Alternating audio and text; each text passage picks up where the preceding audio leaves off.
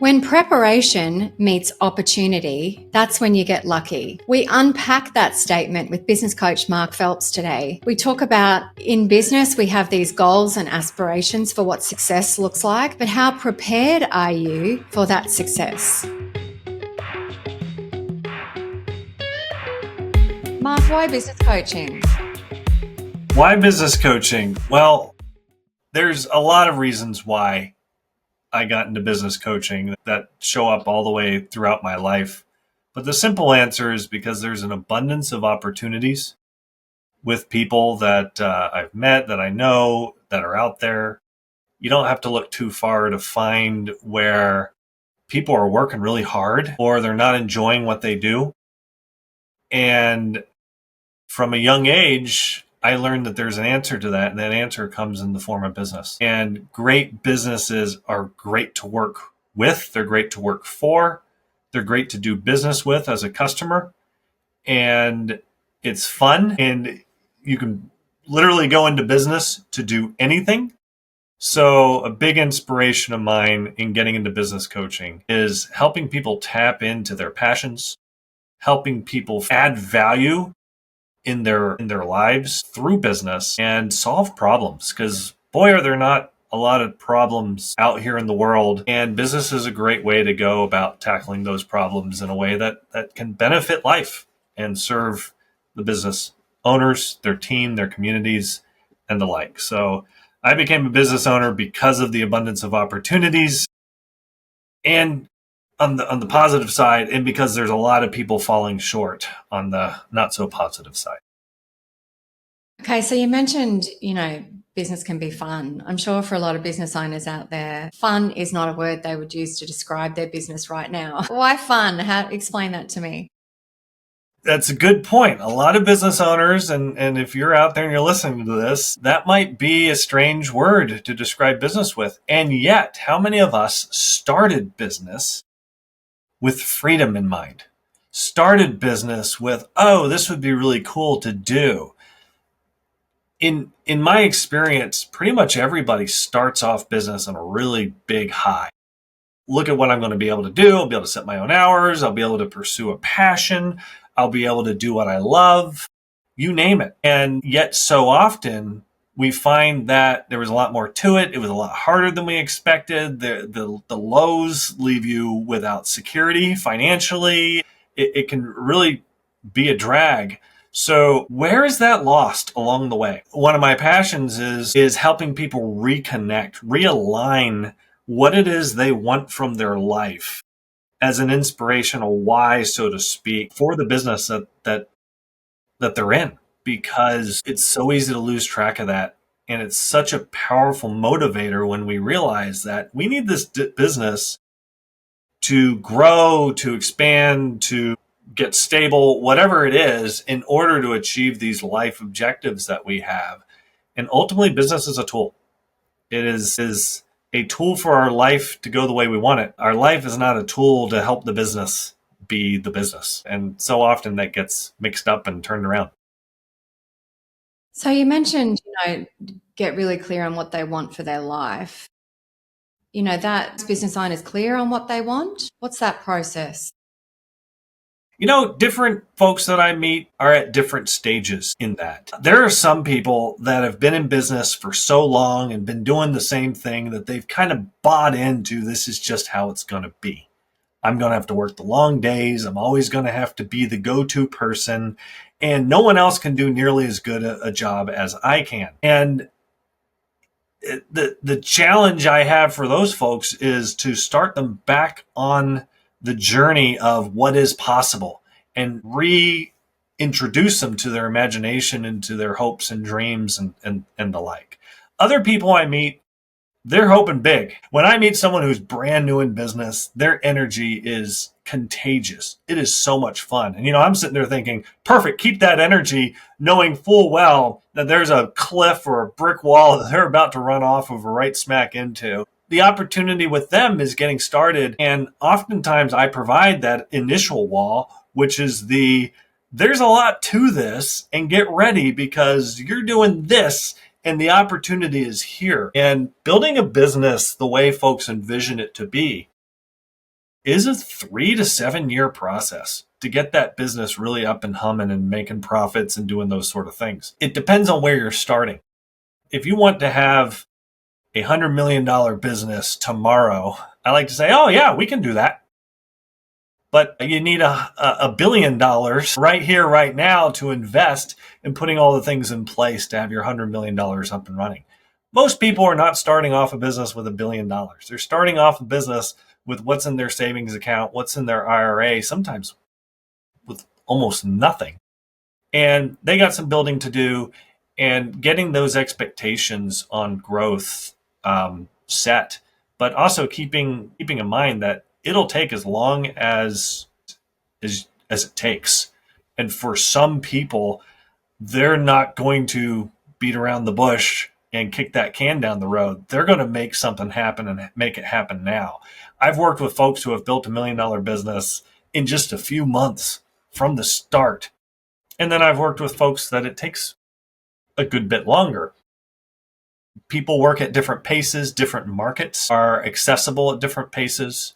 So yeah, connecting with why is it that you want to be in business. And sometimes that question is truly I haven't thought about that. And sometimes it's all they're talking about. So it does vary, but yeah, there's the whole spectrum.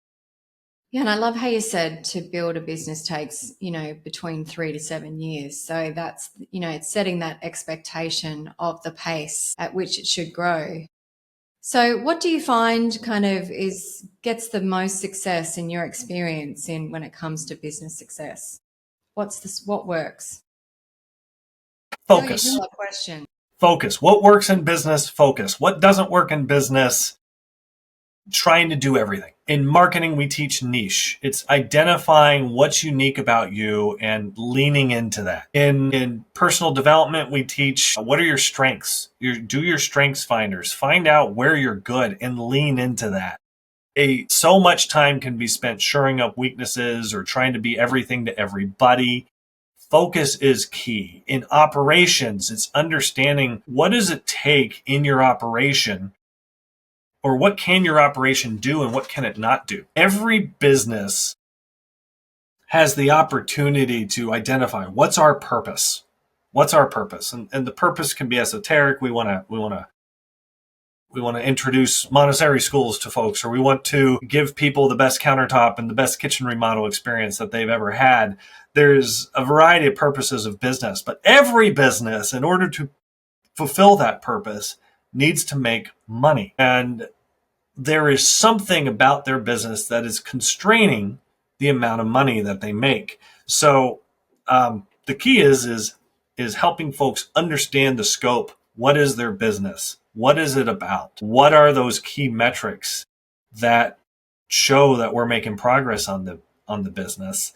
And then identify what's constraining us from making that progress. What's the limit of what we're able to do? And diving into focus right there, what that is, allows the company to move and grow at a pace that is measurable and manageable, and avoid some of the pitfalls of doing too much all the time, which basically leads to burnout or just lackluster results. And falling out of love with your business without that excitement and fun that you initially had, and passion. So I want to talk about focus and just recap, because I think that's so critical what you just said. So because focus, for business owners, like, where do I start? There's so many things to focus on when I'm trying to wear all the different hats. Where do we start? Yeah, one of the benefits of a giant corporation is division of labor. In a small company, and many of the folks who will be watching this are probably dreaming of that big business where they can have a specialized person for every role, which comes with its own challenges. Every company has its challenges. The fascinating thing about when you're wearing multiple hats and when you've got a lot of competing priorities, because you do need to do your financials. You need to follow up with leads. You need to do the sales process. You need to deliver. There's a lot of needs of the business. You need to be in compliance with local laws and tax. So where to put your attention and focus is very important. Probably the number one thing that will get you is your blind spots. If we're good at, or we have prior experience, or we've been burned before and we fixed it, we may have a lot of our bases covered. But where we run into challenges is usually where we're not even looking. Hits us from our blind spot. So the constraint is where to focus fundamentally on. You got to keep the constraint going. So that idea of there's something limiting your business. So for example, in a fabrication shop, I work with a lot of fabricators. And if their market is booming like it was following COVID right now, I mean, every market goes to its ups and downs. But if it's booming like it was in COVID, then you probably don't have an issue with leads. You probably don't have an issue with sales. You probably have an issue with handling the volume of business that's coming your way.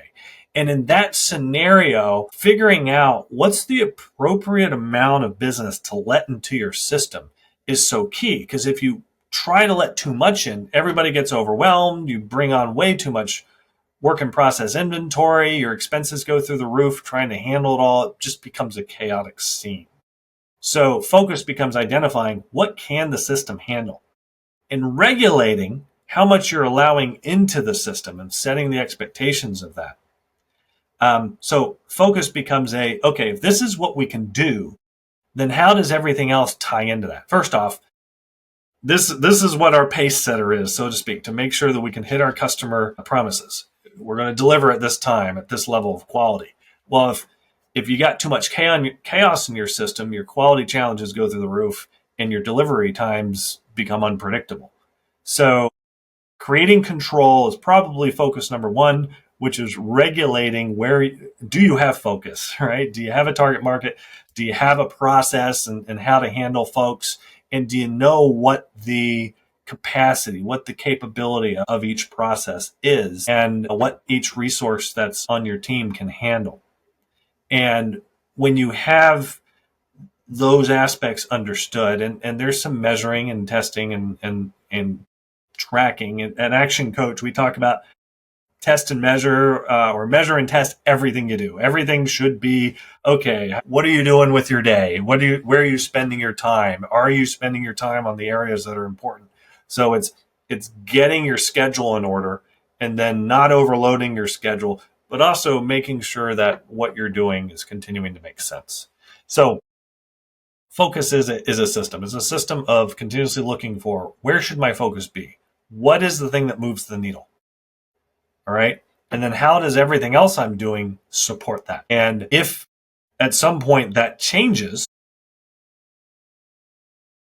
am I paying attention and can I pivot? So back to the fabricator example. Fabricating countertops after COVID, when everybody was flush with cash and at home upset about the state of their kitchen and their bath, right? They pour attention into the business. A few years later, interest rates have gone up, access to capital is down, people are going back to the office, demand is lower.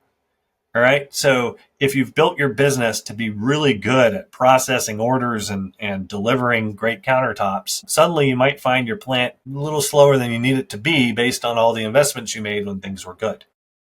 And the ability to shift your focus to go, it's not our market anymore. It's the buyer's market. And being able to pivot and look at new strategies and new approaches becomes a key ability of the company. And for many in the industry, that adjustment has been rough because it's an order taker industry. And now they got to learn how to go get sales, and they got to learn how to compete in a market where you haven't had to compete before. You give them a quote and you get it. And, there's folks that are competing on price. There's folks that are learning how to sell really good, and becoming a master of that market. It's just a sign of the times. That's where the money is going to be made today. So focus changes, but in general, if you know the constraint, then you've got your eye on what has the potential to make you money. It's what's interesting that you've shared is looking at the capability of your business. And that's not something, that's quite a foreign concept because we're usually looking for other things like more leads or sales conversions or, team as another kind of focus. But capabilities of how much business can you handle? That's a really interesting concept, and I'm sure quite foreign to a lot of businesses, but so important because, like you said, if that delivery and that customer service is breached as a result of the fact that you've taken on too much business, then that can have a detrimental impact to your success as well. So I love that. What you've just mentioned with fabricators as the example, where they had so much business, and this really would go for construction and trades in general, and then the market shifted. Is that focus, how much focus do you put, because is that an external impact that you can or can't control, and how much focus should you put on keeping an eye on the market so that you're ahead of it? Sure.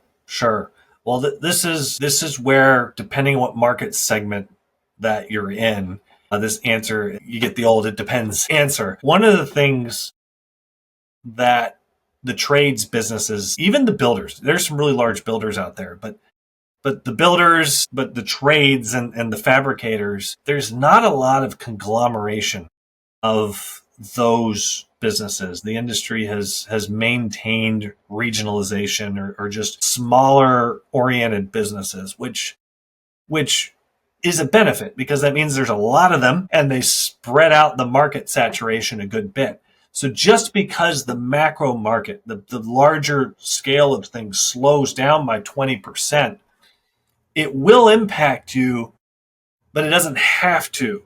If you're small enough to where you're only 3% of the market share, or 10% of the market share, then who cares if 20 goes off the top if it doesn't impact you?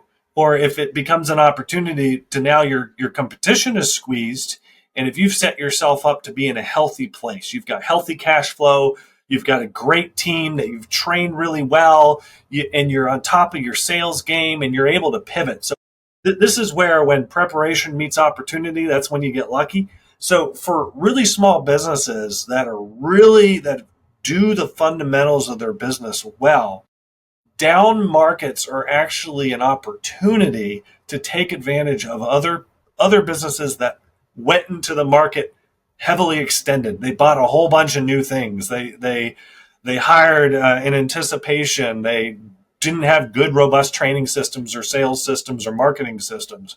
When those businesses get taxed, you have an opportunity to do really well, and you might hold flat, but you might also be able to grow. And when's the best time to go shopping for businesses is in a down market. And so if you're a company that has an opportunity in the field of the trades or in this particular market where interest rates went up, if you were in good position, hey, it's business buying period, because you can buy businesses at a discount. And if you know the business, that's great. And if you got a great system that you can teach and is transferable, then you're just in a really healthy position. So yeah, with a fabrication business, it does impact the largest players in the industry. Has the potential to impact the smallest. But if a particular market segment, like some of the larger companies I work with, the multifamily projects were halted. And so if you relied on multifamily projects, then you saw your business disappear. What do you mean by multifamily project? Great question. So a multifamily project is basically building buildings with that multiple families are going to have housing in, right? So it's not building a single family home. It's building a apartment complex, something of that nature, right? It's building a residential tower like what might be behind you. So multiple families. So one building project. If you know the builder, you get 30 kitchens, you get 150 kitchens and bathrooms in that deal. So that's all great if those projects are going forward. It's not so great if those projects are halted indefinitely until interest rates come down. So sometimes if you're small enough, pivoting actually becomes easier than if you're large and you actually have to go out there and learn how to network and build connections and market to a whole new industry segment. So again, It depends, but that's where you want to be working with a coach and folks who understand the economic challenges that come along and help position you to be in a great place. Because one business that's making a mint in one market could be the business that's suffering the most in the next. And I look at the folks I work with. I work with a lot of folks that are in the business managing things, but I help them recognize the owner hat that they wear, the investor hat.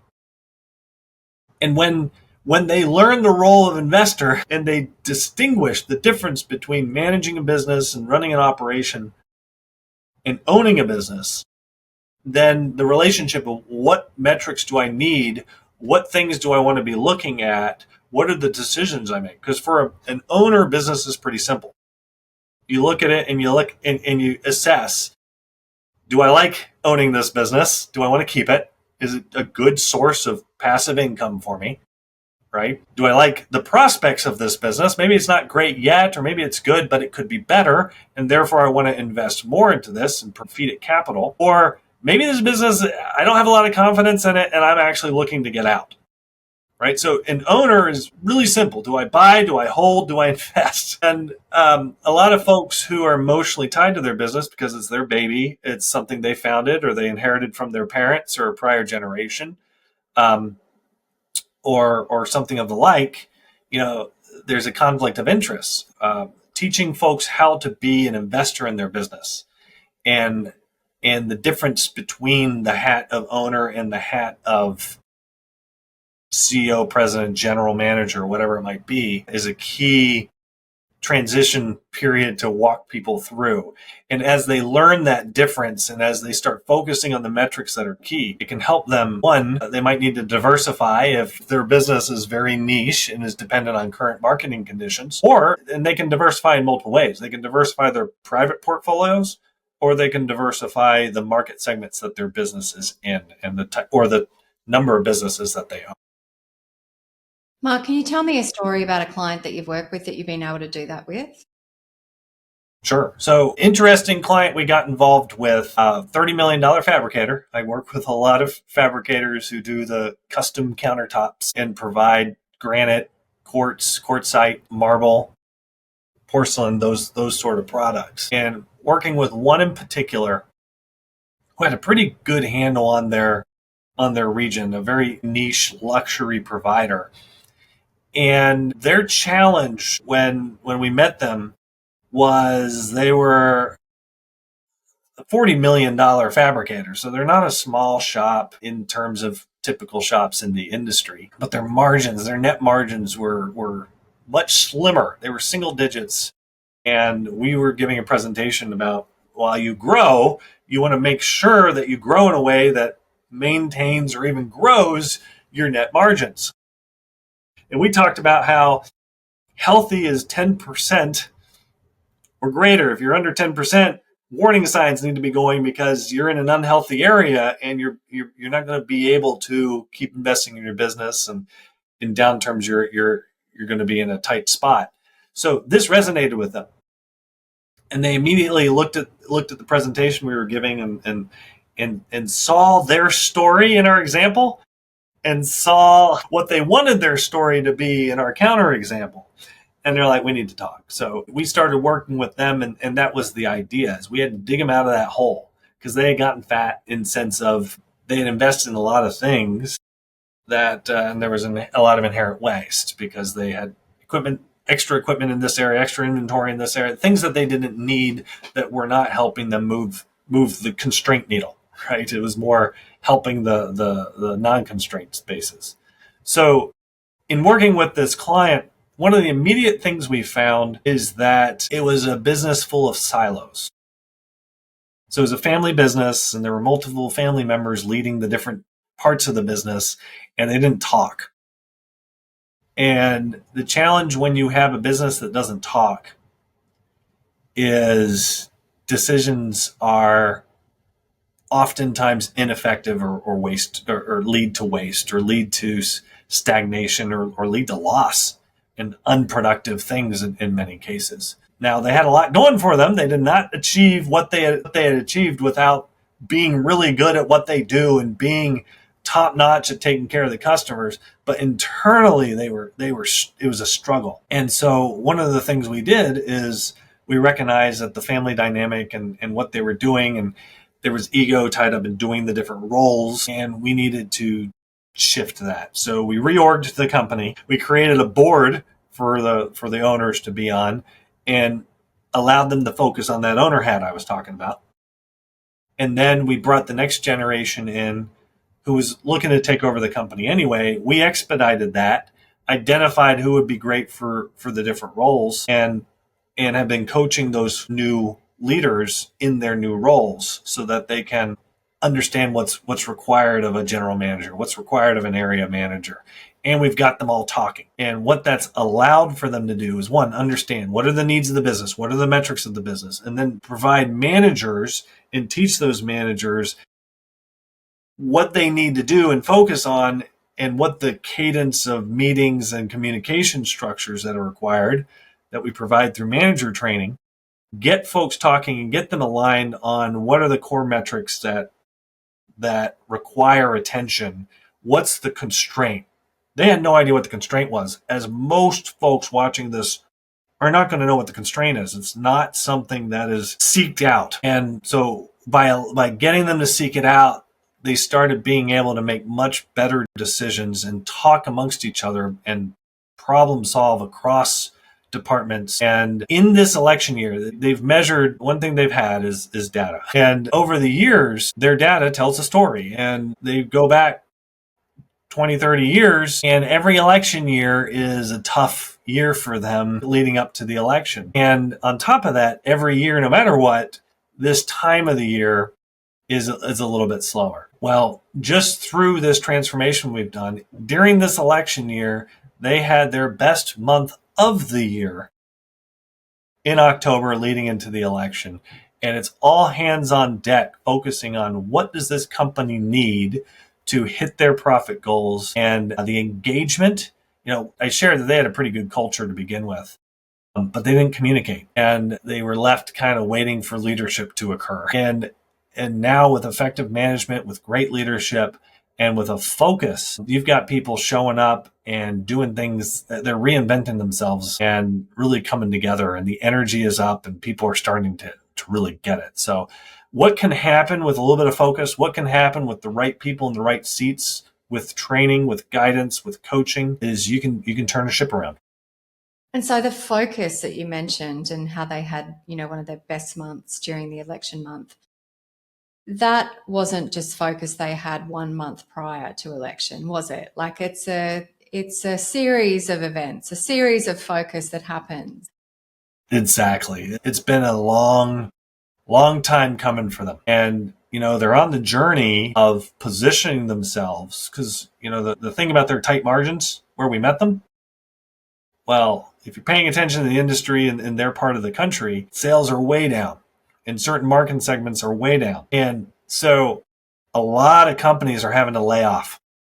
A lot of companies are tightening the belts, and they're making decisions, they're cost cutting, they're doing those things.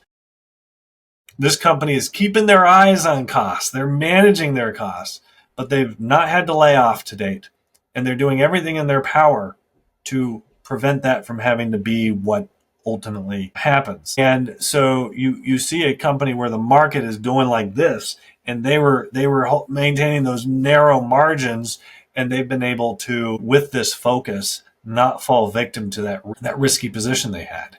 And then if you look at the forecasting and you look at what's expected in the coming year, as interest rates are expected to fall, and people are expected to look at, renovating their kitchens that they've been sitting on now for a little while, as they've been putting that off, being positioned well and not having just laid off all your talent, going into an upswing. And there will be an upswing in the summer. There always is. And if there's a recovery in the market, then it could be a substantial upswing, and they're in the best position possible. So the work that they've been putting in for a year and a half now is getting into position where it can pay off. It can pay off majorly. It's already paying off for all the folks that still have their jobs. It's already paying off for the vendors that are supplying this. And you compare you compare this company against some of the other large companies that this vendor goes with, and all the others are down and struggling. And this company is maintaining, which is, the idea is not maintain, the idea is grow. But the first thing you do is not fall when everyone else does. And better profits, I'm assuming. Yeah. Absolutely. So what was their kind of vision for the business? Like you mentioned, it's important to, that alignment process of business should give you more life. What was the kind of life that those owners in particular wanted to create for themselves, and where are they now? Perfect question. One of the neat things about working with folks is everybody's got a story and a really neat backstory and a really interesting passion for what's to come, even if you got to dig it out of them. Well, the neat thing with this client is their family.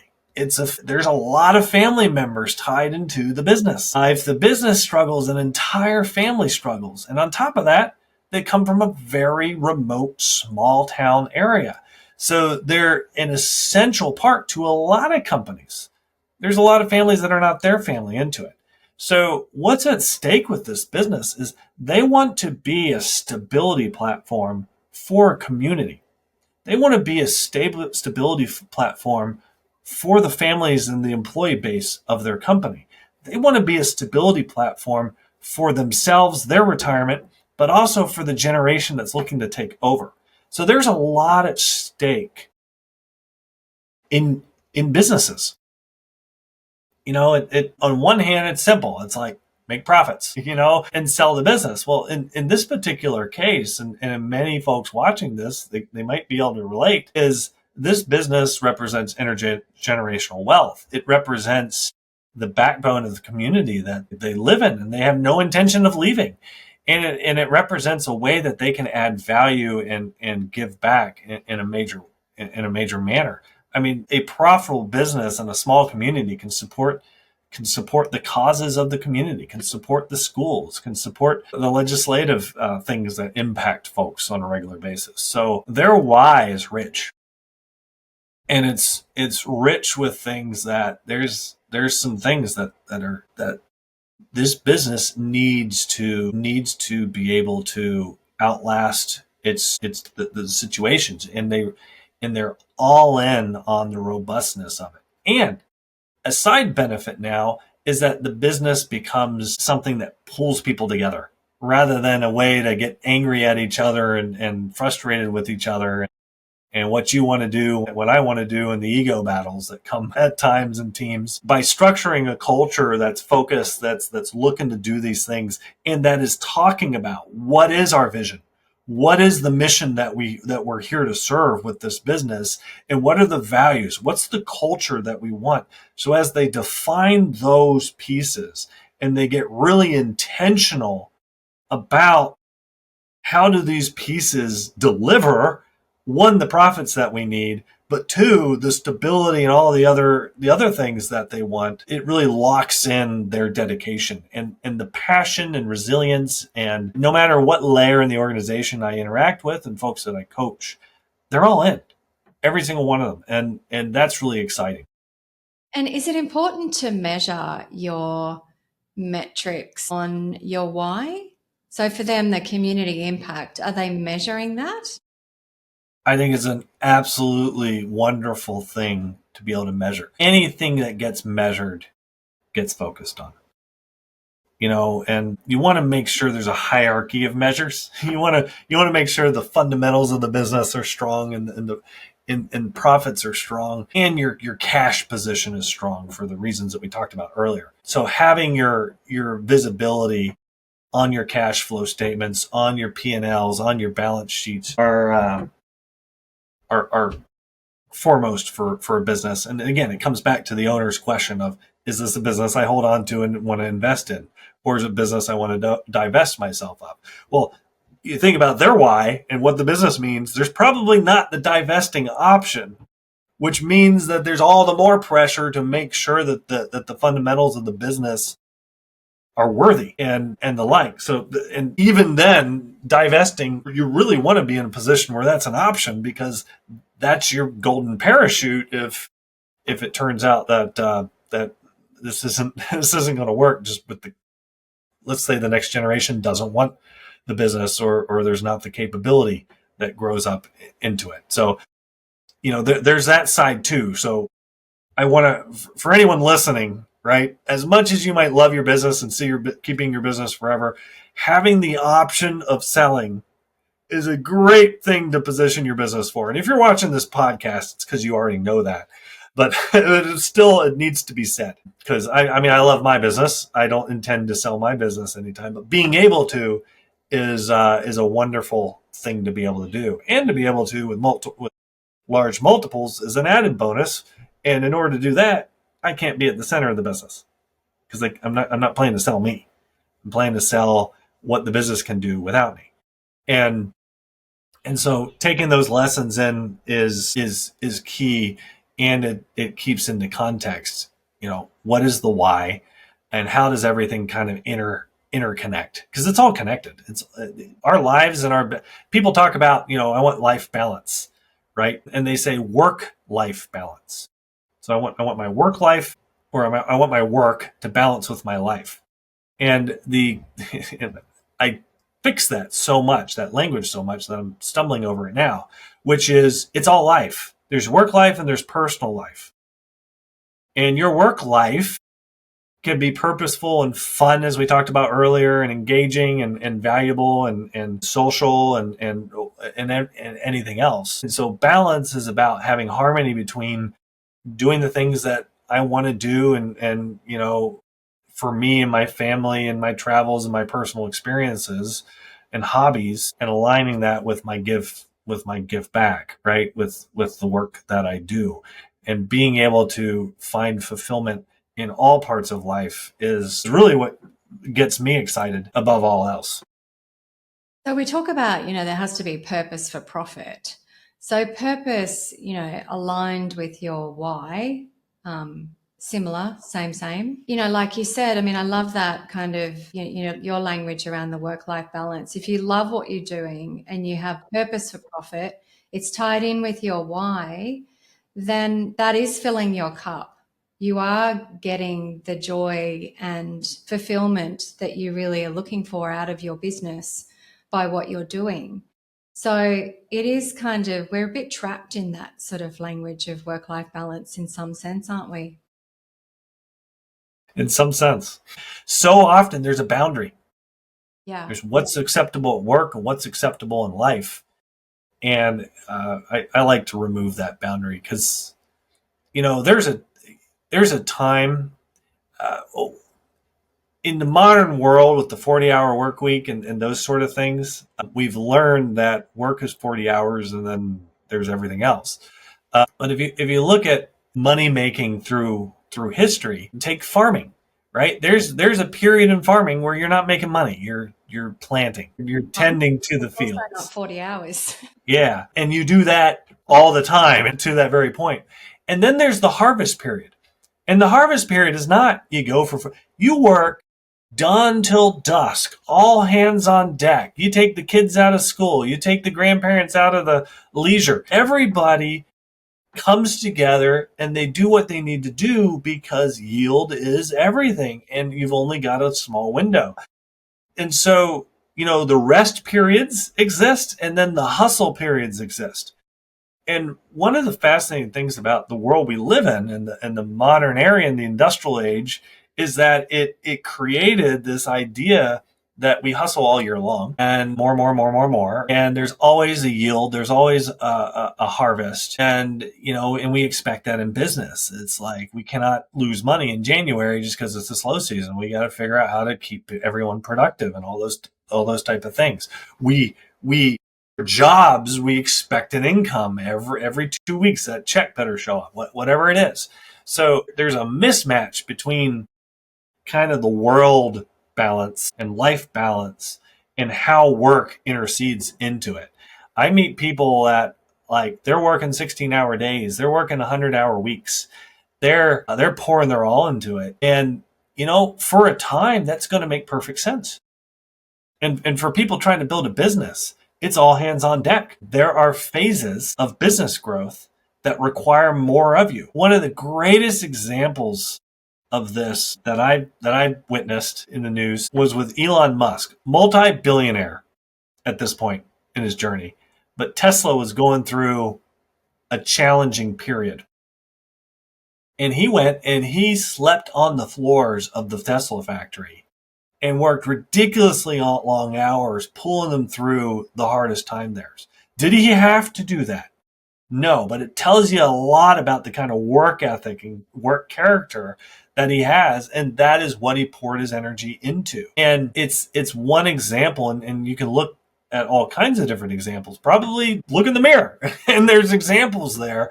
Sometimes we'll do whatever it takes, irregardless of if we have to, if our personal life requires it of us. And I think that just goes to show everyone has their different balance. Some people love work. So work. Some people love to lounge. So lounge. Laziness can be a motivator to make money doing nothing. And ultimately, that's an option. Or you can make money working hard. That's an option. And to some degree, you got to work hard in order. There's a phrase that I love, which is boring is profitable. If you get something really running boring, then you'll be profitable. When Tesla was struggling, people were working their butts off. Elon was in there sleeping on the floor, working his butt off as the CEO of the company, right? He wasn't making a lot of money from Tesla in that period. He makes a lot of money from Tesla now that he probably doesn't even think about it that often until he's, giving a presentation on what the new Cybertruck model is. So it truly is balance. But balance shifts and changes over time. In my 20s, I was all for working all the time. In my 30s, not so much. I've got other priorities, and certainly I don't ever want to have to do that. And building a business and building the businesses that I've now built, and there's the value of what the business does for my clients, and there's the value of what does my business do for me. Like I love working on my business. This is something I really enjoy. It's a passion, but I also need businesses that are money makers. And I need that balance because I'm looking long term in life, and I know the things I want to accomplish, and I know the seasons that will come, and I want to be able to always have choice.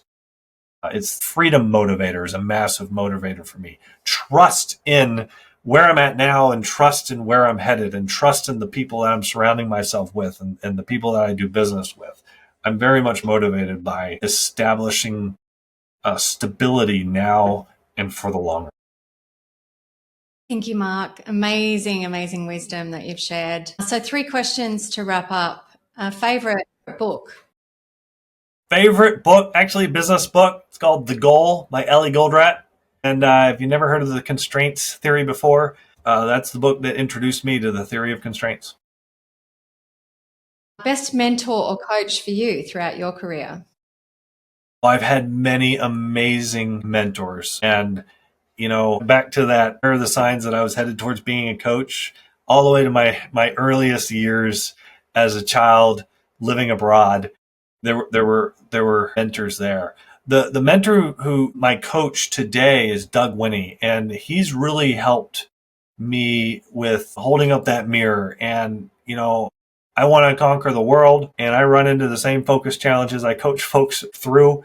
And Doug has helped me in massively growing myself and my business over the last several years. So I'll give that title to Mr. Doug Winnie. Best piece of advice you ever received? Oof. The best, wisest, in retrospect, piece of advice, Jim Rohn's. I heard it through Brad Sugars. So shout out to Brad there. But Jim Rohn's quote, "Work harder on yourself than you do your job."